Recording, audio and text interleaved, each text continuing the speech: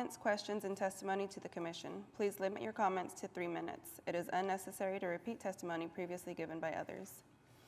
Citizens may address the commission on agenda items by responding to chair's call for speakers during discussion on each item and signing the speaker's log at the podium. All comments must be relevant to the item. The chair or presiding officer may, in his or her discretion, prohibit a person from addressing the committee and/or remove that person from the council chambers if that person commits any disorderly or disruptive behavior. Please see the agenda for more information about these requirements. If you parked in the Sheridan Walker parking garage north of John Rex Elementary School or the Arts District parking garage immediately south of City Hall, staff can provide a parking validation ticket for you. The agenda and documents are located at okc.prime.gov/public/portal. You would then select the Urban Design Commission meeting, then click on an agenda item, and the relevant documents will come up below the item. Please see the agenda for additional information regarding meeting procedures and the review process. Keith, will you please call the roll? Miller. Present. Black. Here. Cow. Here. Charneco. Here. Dixon Oso. Here. Peoples. Here. We have quorum.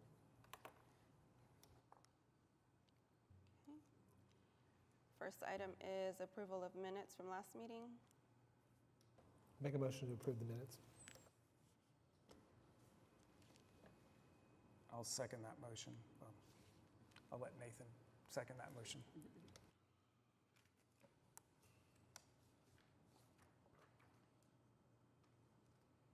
Motion has passed. We have no cases withdrawn, no continuance requests. We have one item on the consent docket. Thank you, Madam Chair. This item before you is UDCA 240009. It is a project down on 133 Southwest 24th Street in Capitol Hill. It's an existing building. And there's a long list of improvements that are shown in your staff report for this item. And because of that, it exceeded the 20% threshold for administrative review and approval by staff. And that's why we brought it before you today at this meeting. However, we also, as staff, have reviewed the proposed improvements against the applicable development standards and design guidelines and found that everything they're proposing to do is in compliance with those regulations and standards and guidelines. And therefore, that's why it's appearing before you today on the consent docket. If anyone were interested in pulling this item off the consent docket to discuss it, they can do that. Otherwise, just make a motion to approve the consent docket.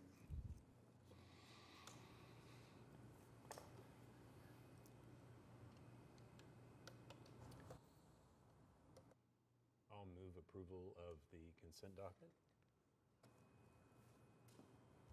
I'll second.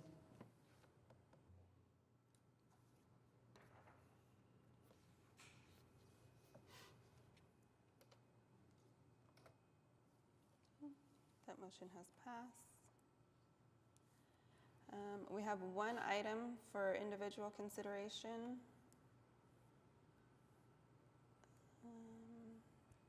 Item UDCA 24000014 at 331 Southwest 26th Street. Oh. Thank you, Madam Chair. This item is UDCA 24-00014. It has 3 addresses. Basically, it's the northeast corner of South Hudson Avenue and Southwest 26th Street. There are 3 buildings existing on site. And they're in various conditions of disrepair. They've been abandoned for a number of years. There's a report attached to your staff report that discusses condition of the buildings, and there's some photographs also towards the back of your packet on this item that illustrate the condition of the buildings in question. The applicant at this point in time has no plans for replacing these buildings with anything new at this time.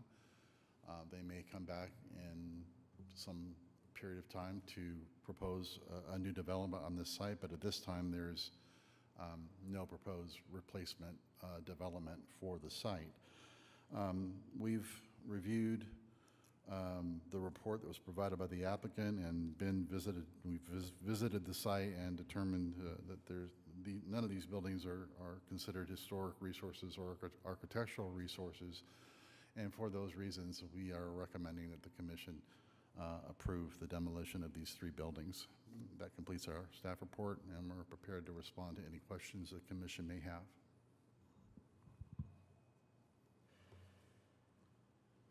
I have a question. How do we determine what buildings have historical architectural significance if they're not in like a historic preservation?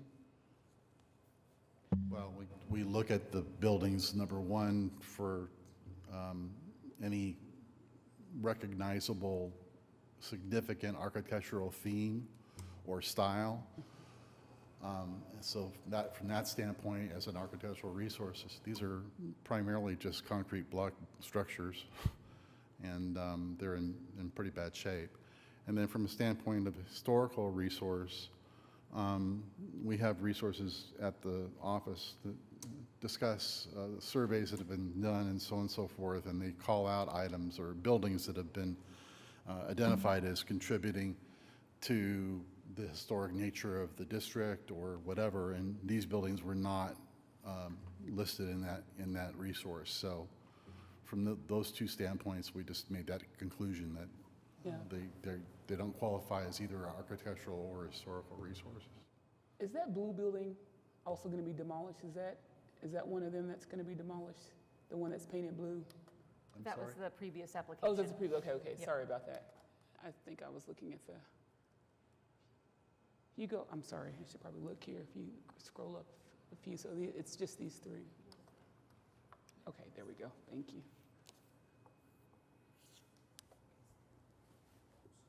Michael, what's the requirement for putting down sod or anything after the buildings are demolished? Is that a permitting issue, or is there something that we're going to be asking after the demolition is complete? I don't think there is a requirement for that to happen.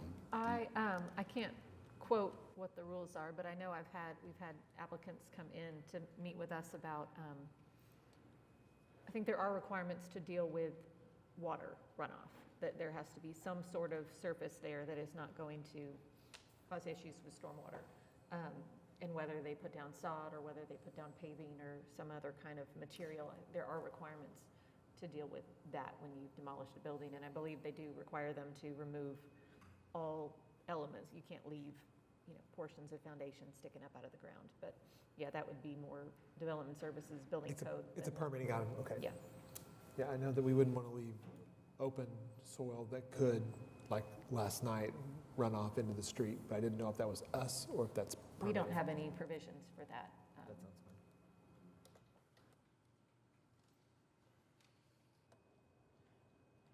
fine. Is the applicant present? Mhm. Okay. Do we have questions for the applicant? I don't have any questions. Maybe just a comment. Apologize for that earlier. I thought the blue building was part of this. I was looking at the wrong one. But, these buildings obviously really have no architectural significance, right?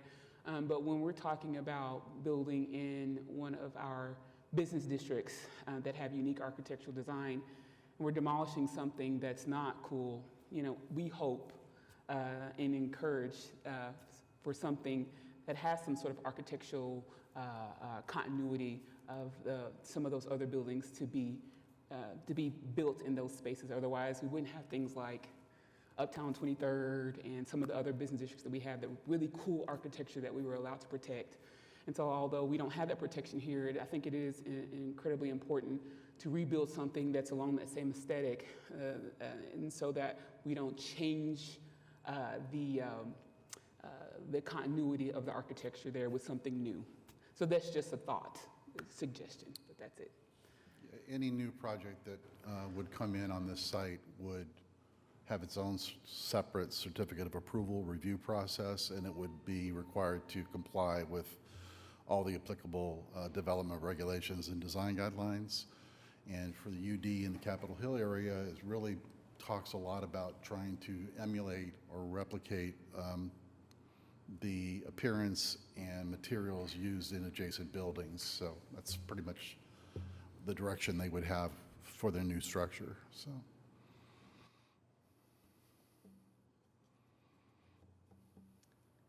Have any other discussion? Any comments from the public? Can I get a motion? I'll move to approve the application on the basis that the project meets the regulations and guidelines of the Urban Design Overlay District zoning ordinances referenced in sections C and D of the staff report. I'd like to second that.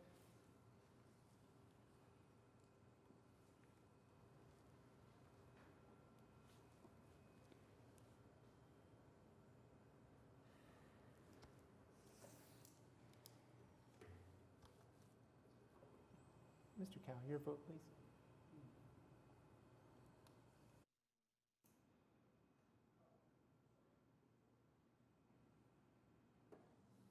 That motion has passed.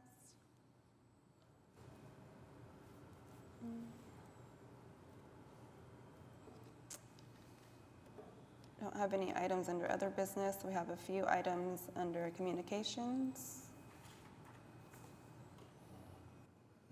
This is just a list of the items that have been administratively approved by staff. They all qualify for that level of review and not required to be brought before the commission for review or action. I was just kind of going through it real quickly, and a lot of it is signage on most of these 11 cases. Exception is there's a solar, item number 3 is a solar panel installation on the roof that would not be seen because it's screened by existing parapet walls. And then there's installation of a generator system for the Walmart up on Northwest 23rd Street. And those are the highlights of the list today.